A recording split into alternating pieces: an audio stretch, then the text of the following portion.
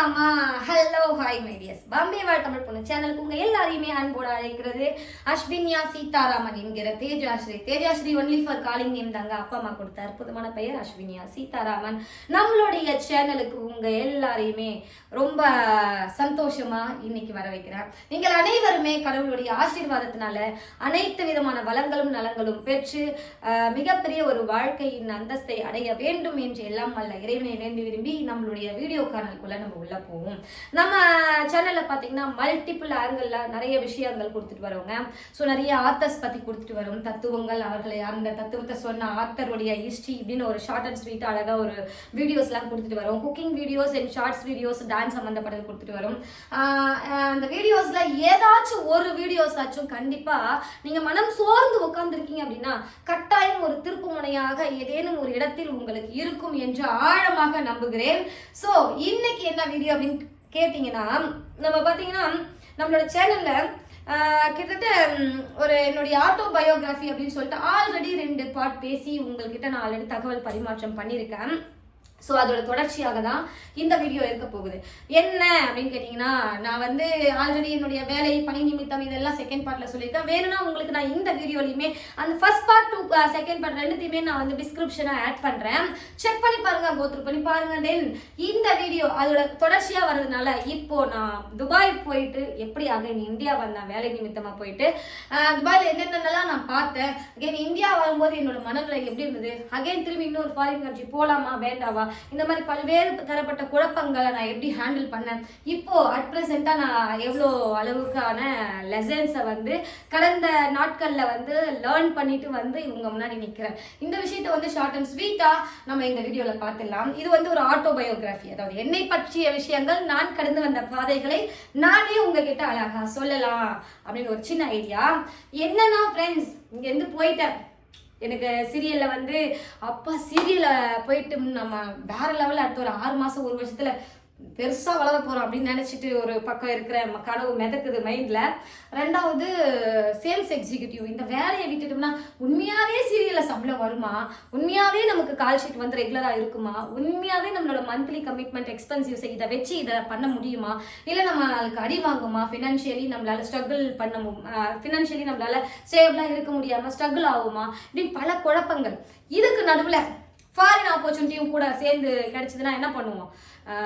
Obviously எல்லாருமே select பண்ணது foreign தானே செலக்ட் பண்ணுவோம். அதே விஷயத்தை தான் நானும் பண்ணேன். துபாய்க்கு இங்கேருந்து போயிட்டுங்க, நம்மளும் வெளிநாடு போக போகிறோம் அப்படின்னு சொல்லிட்டு அழகான ஒரு ஃப்ளோர் ஹோஸ்டர் ஒர்க்குக்காக போயிட்டேன். நல்லா வருமானம் வரும், நல்லா சம்பாதிப்போம், சூப்பராக இருப்போம்.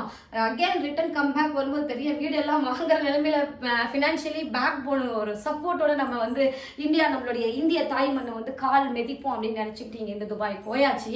போனதுக்கு அப்புறமா அங்கே போய் பார்த்தா தான் இக்கரைக்கு அக்கறை, அதாவது எப்படி சொல்லுவாங்க, ஒரு பழமொழி இருக்குல்ல தமிழ்ல இங்க இருந்து பார்க்கும்போது இக்கரைக்கு அக்கறை பச்சை அப்படின்னு தெரியணும். அந்த மாதிரி இங்க இருந்து பார்க்கும்போது வெளிநாட்டு வாழ்க்கை வந்து ரொம்ப சுகமாகவும் சூப்பராகவும் அருமையாகவும் அற்புதமாகவும் பணம் அதிகமா சம்பாதிக்கக்கூடிய ஒரு இடமாகவும் ஒரு நாடாகவும் நம்ம பார்ப்போம். ஆனா அங்க போய் பார்த்ததுக்கு அப்புறமா தான் தெரியும் அங்க எவ்வளோ எக்ஸ்பென்சிவ்ஸ் இருக்கு, எப்படி எவ்வளோ வாடகை போகுது, எவ்வளோ சாப்பிட்றதுக்கு போகுது, எவ்வளோ செலவாகுது, மீதி எவ்வளோ கையில் இருக்குது இப்படின்னு கால்குலேட் பண்ணி பார்த்தா தானிக்கும் தீனிக்கும் சரியாக போன மாதிரி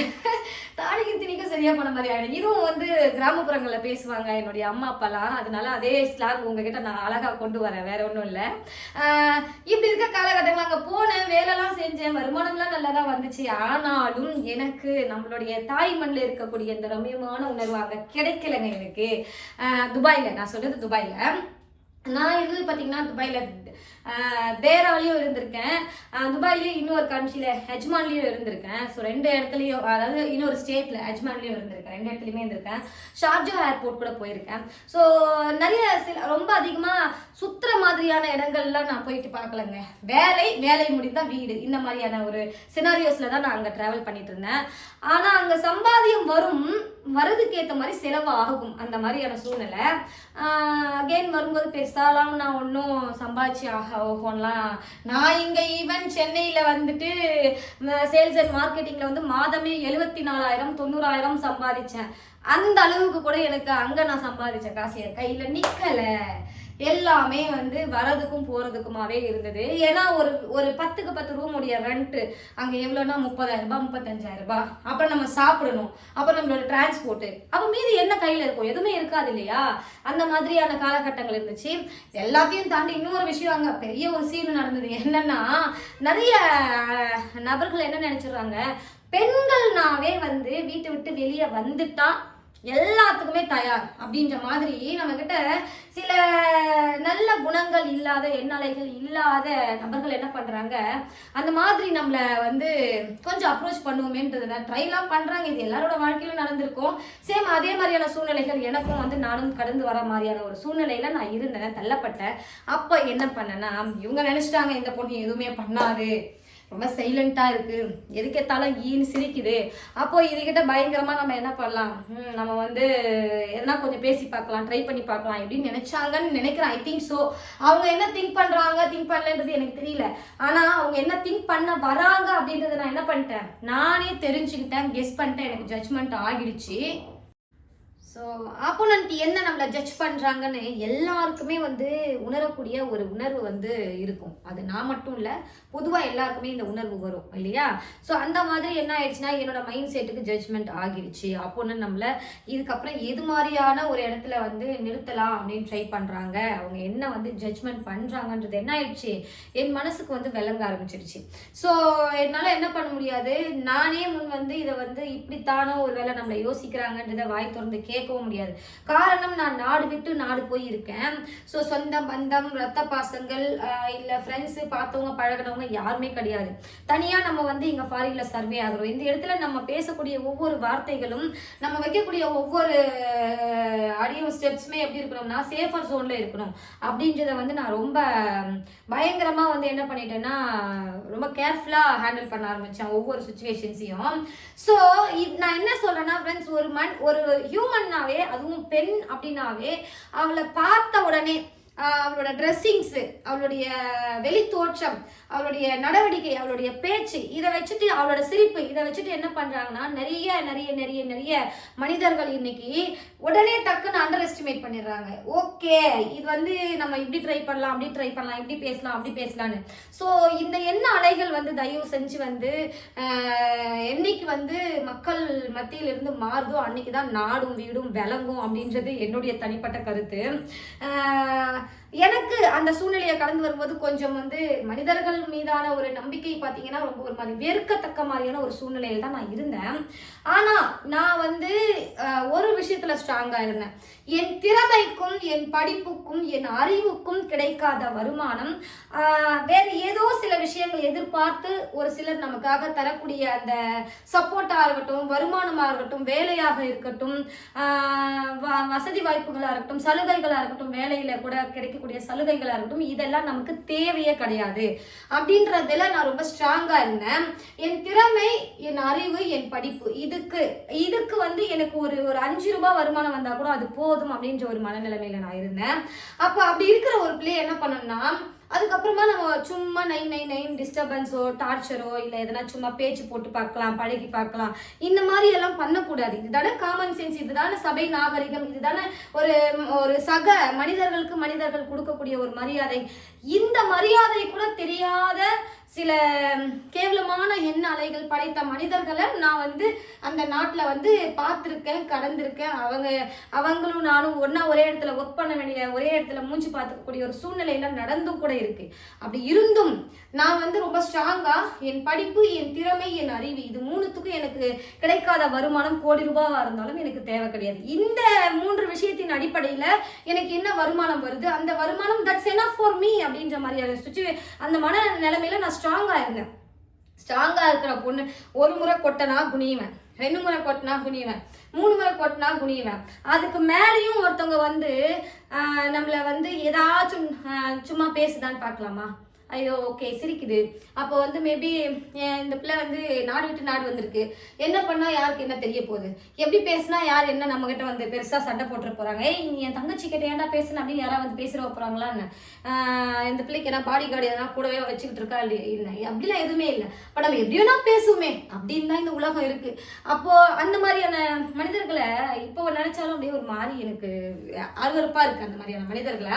ஆனா அதுல இருந்து நான் அழகா வந்து அந்த வயதுல 2019 அந்த வயதுல கடவுள் எனக்கு இந்த ஞானம் கொடுத்ததுக்கு ஆண்டவனுக்கு மிகப்பெரிய ஒரு நன்றி சொல்றேன். உடனே கூகுள் அடிச்சு பார்க்குறேன், ஃபாரின் கண்ட்ரீஸ்ல ஏதேனும் ஒரு பிரச்சனை அப்படின்னா என்ன பண்ணணும் அப்படின்றது வந்து கூகுள் அடிச்சு பார்க்குறேன். நிறைய வைரலா சில கண்ட்ரில வந்து பாத்தீங்கன்னா இந்த சிம்பிள் இருக்கு, நான் என்னை சார்ந்தவர்களாலேயே என்னை சுற்றி இருக்கிறவர்களாலேயே பாதிப்புல இருக்கேன், என்னை காப்பாத்துங்க அப்படின்னு சொல்லிட்டு. இந்த மாதிரி ஒவ்வொரு கண்ட்ரிக்கும் ஒரு சில விஷயங்களுக்கு இதெல்லாம் நான் கோத்ரூ பண்ண ஆரம்பிக்கிறேன். ஸோ அப்படி இருக்கும்போது அப்படி இருந்தும் நம்ம வந்து முழுமையா கம்பெனியுடைய அக்காமடேஷன்ல கம்பெனி மூலமா அவங்க தான் நமக்கு டிரான்ஸ்போர்ட் எல்லாமே தராங்கன்னும் போது டக்குன்னு நேரடியா பகிரங்கமா என்ன பண்ண முடியாதுன்னா பகச்சிக்க முடியாது. ஏன்னா அந்த நாட்டுல இருந்து ரெண்டாவது நம்ம திரும்பி நம்ம இந்திய நாட்டுக்கு நம்மளுடைய தாய் மண்ணுக்கு வரணும். அதனால நான் என்ன பண்ணேன்னா சில விஷயத்த ஹேண்டில் பண்ணேன். 999 இப்படின்னு இருக்கு, 999 நிறைய கண்ட்ரீஸ்ல இந்த நம்பர் சேமா தான் இருக்குன்னு நினைக்கிறேன். ஸோ இது வந்து பாத்தீங்கன்னா போலீஸ் மகளிருக்காக இம்பார்ட்டனா தனி ஒரு அமைப்பு வச்சு அவங்களுக்கு ப்ரியாரிட்டி கொடுக்கக்கூடிய ஒரு நம்பர் இது, காலிங் நம்பர். இந்த 999 கால் பண்ணோம்னா நம்ம எங்க இருந்தாலும் நம்ம இருக்கிற லொக்கேஷன் மட்டும் ஷேர் பண்ணோம்னா போதும், அவங்க அங்க வந்து நம்மளுடைய பிரச்சனையிலிருந்து பிரச்சனையை ஷார்ட் ஓவர் பண்ணி ரெக்டிஃபை பண்ணி நம்மளுடைய நாட்டுக்கு அனுப்பி வைப்பாங்க. இந்த ஆப்ஷன் இருக்கு அப்படின்னு அதுக்கப்புறமா தான் எனக்கு வந்து என்ன பண்ணுது, பல நபர்கள் கிட்ட வந்து சைலண்டா நம்ம விசாரிக்கணும். ஆனா விசாரிக்கிறது தெரியவும் கூடாது, நியூஸ் கசியவும் கூடாது யாருக்கும். ஆனா நம்ம வந்து நம்ம ரிட்டர்ன் நம்மளுடைய கண்ட்ரிக்கு போனோம், இந்த பிளா பிளா பிளா பிளா கம்யூனிகேட் இருக்கிற இடத்துல நம்ம ஒர்க் பண்ணக்கூடாது அப்படின்ற ஒரு மனநிலைமையில என்ன ஆயிடுச்சு, ஃப்ளோரோஸ்ட் ஒர்க் என்ன பெரிய ஒர்க் சீன் டண்டனக்கா டானா இருந்தாலும் என்ன வருமானம் வந்தாலும் மனதை பாதிக்கக்கூடிய ஒரு விஷயம் நடக்குது, மனதிற்கு ஒப்பாத ஒரு விஷயம் நடக்குது, பிடிக்காத ஒரு விஷயத்த வந்து நம்ம கிட்ட அகைன் அண்ட் அகைன் அப்ரோச் பண்ற மாதிரியான சில சூழ்நிலைகள் நிலவுது. இது நாட் ஓன்லி ஃபாரின் கண்ட்ரிஸ்ங்க, இந்தியாலையும் தமிழ்நாட்டிலையும் சென்னையில கூட நடக்குது. நாட் ஓன்லி சினிமா இண்டஸ்ட்ரி, நிறைய இண்டஸ்ட்ரியில எல்லா இண்டஸ்ட்ரியிலுமே சில எச்ச குப்பை என்னென்னமோ இருக்குதுங்க. அதுங்க கிட்ட இருந்து நம்ம தான் நம்மளை சேஃபா பாத்துக்கணும் இல்லையா. அப்ப நான் 999 கால் பண்ணி என்ன பண்ணிட்டேன், அழகா ஒரு நீட்டா ஒரு பதிவு கொடுத்துட்டு என்ன நீங்க ரெக்டிஃபை பண்ணி என்னுடைய பாஸ்போர்ட்டை வந்து நீங்க கலெக்ட் பண்ணி எனக்கு டிக்கெட் போட்டு என்னுடைய தாய்நாடு இந்தியாவுக்கு சென்ட் பண்ணுங்கன்னு சொல்லி என்ன பண்றேன், ரெக்வஸ்ட் பண்றேன். யார்கிட்ட, துபாய் பல்தியா கிட்ட ரெக்வஸ்ட் பண்ணிட்டு என்ன பிரச்சனை அப்படின்றத விவரமா ப்ராப்பர் ஒரு மெயில் கொடுத்துட்டு என் சைட்ல எந்த அளவுக்கு நியாயம் இருக்கு அப்படின்றத அவங்களும் வந்து விசாரிச்சுட்டு எஸ் இது உண்மைதான் அப்படின்னு, இந்த பிள்ளை சொல்றது உண்மைதான் அப்படின்னு சொல்லி நான் அழகா நம்மளுடைய நாட்டுக்கு ₹1 கூட செலவு இல்லாம நான் எந்த வருமானத்துக்காக சம்பளத்துக்காக சைன் போட்டுட்டு நான் அக்ரிமெண்ட்ல சைன் பண்ணிட்டு போனனோ அந்த வருமானமும் என் கையில கொடுத்து என்ன அழகா என்ன பண்ணாங்க துபாய் கவர்மெண்ட், என்ன இந்தியா அழகா அனுப்பி வச்சாங்க. ஸோ இந்த விஷயங்கள் நடந்துச்சு துபாயில. ஆனா மனிதர்கள் பல கேவலமான எண்ண அலைகள் இருக்கிறவங்க எல்லா நாடுலையும் எல்லா இடத்துலையும் எல்லா மண்ணிலையும் எல்லா துறையிலையும் இருக்காங்க. நம்ம தான் நம்மளுடைய திறமைக்கு கிடைக்காத வருமானம் வேற விஷயங்களுக்கு கிடைக்குதுன்னா எனக்கு இது தேவையில்லை அப்படின்னு நம்ம தான் என்ன பண்ணணும், நம்மளுடைய ஜோனை வந்து செக்யூரா கிரியேட் பண்ணிக்கணும். அது அவங்களுடைய கையில தான் இருக்கு. ஸோ இந்த அறிவை 2019 கடவுள் எனக்கு அந்த அறிவை கொடுத்து என்ன அழகா வந்து கடவுள் என்ன பண்ணாரு, கடைசி நிமிஷத்துல கூட என் பொண்ணு பாதிக்கப்படக்கூடாதுப்பா அப்படின்னு சொல்லிட்டு அழகா கையில தூக்கி பிடிச்சி என்ன அழகா இங்க இந்தியாவுக்கு நான் வந்து சேர்ற ஒரு பகுத்தறிவை எனக்கு அந்த சமயத்துல கடவுள் ஸ்ட்ரைக் அவுட் பண்ணாரு என் மைண்ட்ல. ஸோ இந்த வீடியோ மூலியமா நான் என்ன சொல்ல வரேன்னா, நண்பர்களே அடுத்து நான் வேற ஒரு ஃபாரின் கண்ட்ரிக்கு டிராவல் பண்ண அந்த விஷயங்களையும் நான் ஷேர் பண்றேன். கட்டாயம் நான் கடந்து வந்த பாதைகள் அனைத்தும் நம்மளுடைய ஆட்டோபயோகிராஃபில என்னுடைய சுயசரிதமா உங்ககிட்ட ஷேர் பண்ணிக்கிட்டு இருக்கேன். இந்த விஷயம்லாம் நான் எதுக்காக உங்ககிட்ட இவ்வளோ ஒரு ஓப்பன் அப் பண்ணி பேசுறேன் அப்படின்னா, பெண்களாக இருக்கட்டும் ஆண்களாக இருக்கட்டும் யாரா வேணா இருங்க, உங்களுக்கு ஒரு சூழ்நிலை நடக்குது, அந்த சூழ்நிலையில வந்து நீங்க மாட்டி சிக்கி தவிச்சு சின்ன பின்னமா ஆகிற மாதிரியா உங்களை வந்து ட்ராப் பண்ணிட்டாங்க அப்படின்னா நீங்க தான் கொஞ்சம் என்ன பண்ணலாம், சமயோஜனமா திங்க் பண்ணி புத்திசாலித்தனமா யாரையுமே பகைமை கொள்ளாம அந்த இடத்துல இருந்து அப்போதைக்கு வெளியே வர்றதை பார்த்துட்டு நீங்க வெளியே வந்துடணும். சண்டை பேச்சு அடாதல் அடிதடி அப்படின்ற மாதிரி இல்ல அது மாதிரிலாம். ஆனா நான் ஆல்ரெடியே சென்னையிலேயே என்ன பண்ணிருக்கேன், என்ன சேல்ஸ் கொடுக்குறேன்றதுல திமுர்ல ஆட்ராயில அப்படின்னு ஒரு நபருடைய வாயிலிருந்து வந்தவங்க என்ன பண்ணிட்டேன், பெரிய ஹீல்ஸ் போட்டிருந்த ஸ்லிப்பர் கழட்டி அடிச்சிட்டேன். ஹீல்ஸ் இவ்வளோ ஹீல்ஸ். அதனால வந்து 94,000 ரூபாய் சம்பாதிச்சேன்னா 73,000 ரூபாய் மாசம் சம்பாதிச்சேன்னா ஜீரோ ஆயிட்டு உட்காந்தேன்.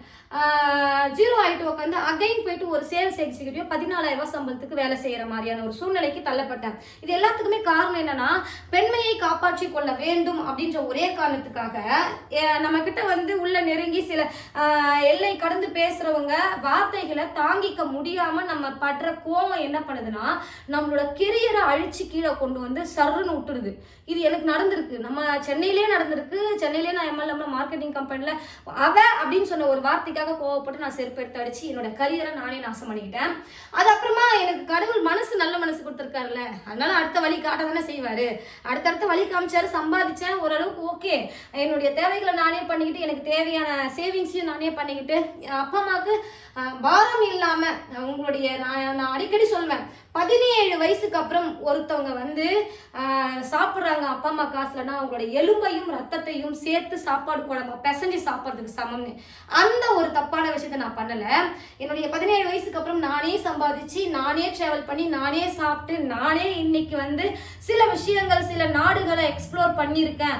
அங்க இருக்க நல்லது கெட்டது நெளிவு சுழிவு அங்க இருக்க மனிதர்கள் இவர்களை பத்தி தெரிஞ்சு இன்னைக்கு என்ன எங்க நடுக்கடல்ல போய் விட்டாலும் நான் வந்து அழகா கண்டிப்பா அந்த ஜோன்ல நடக்கிற பிரச்சனைய எப்படி நான் ஹேண்டில் பண்ணுமோ அப்படி ஹேண்டில் பண்ணிட்டு நான் வெளியே வந்துடுவேன் அப்படின்ற அந்த ஒரு பகுத்தறிவு அளவுக்கு கடவுள் என்ன வாழ்க்கையில வளர்த்து கொண்டு வந்திருக்காரு.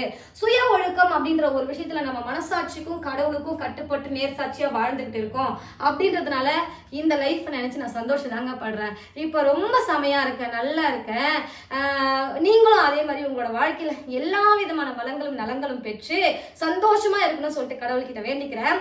நம்ம அடுத்த பாகமா அடுத்து நான் என்னோட லைஃப்ல வேற எந்த நாட்டுக்கு போனேன், என்னெல்லாம் டிராவல் பண்ண, அங்க என்ன சிச்சுவேஷன்ஸ் நடந்துச்சு, அகைன் இந்தியா வரும்போது சந்தோஷமா வந்தனா துக்கமா வந்தனா எப்படி இருந்துச்சு அப்படின்றத நம்ம அடுத்த பார்ட்ல பார்க்கலாமா. மீண்டும் வேற ஒரு வீடியோல நான் உங்களை சந்திக்கணும்னு சொல்லிட்டு ஈகரா வெயிட் பண்றேன்.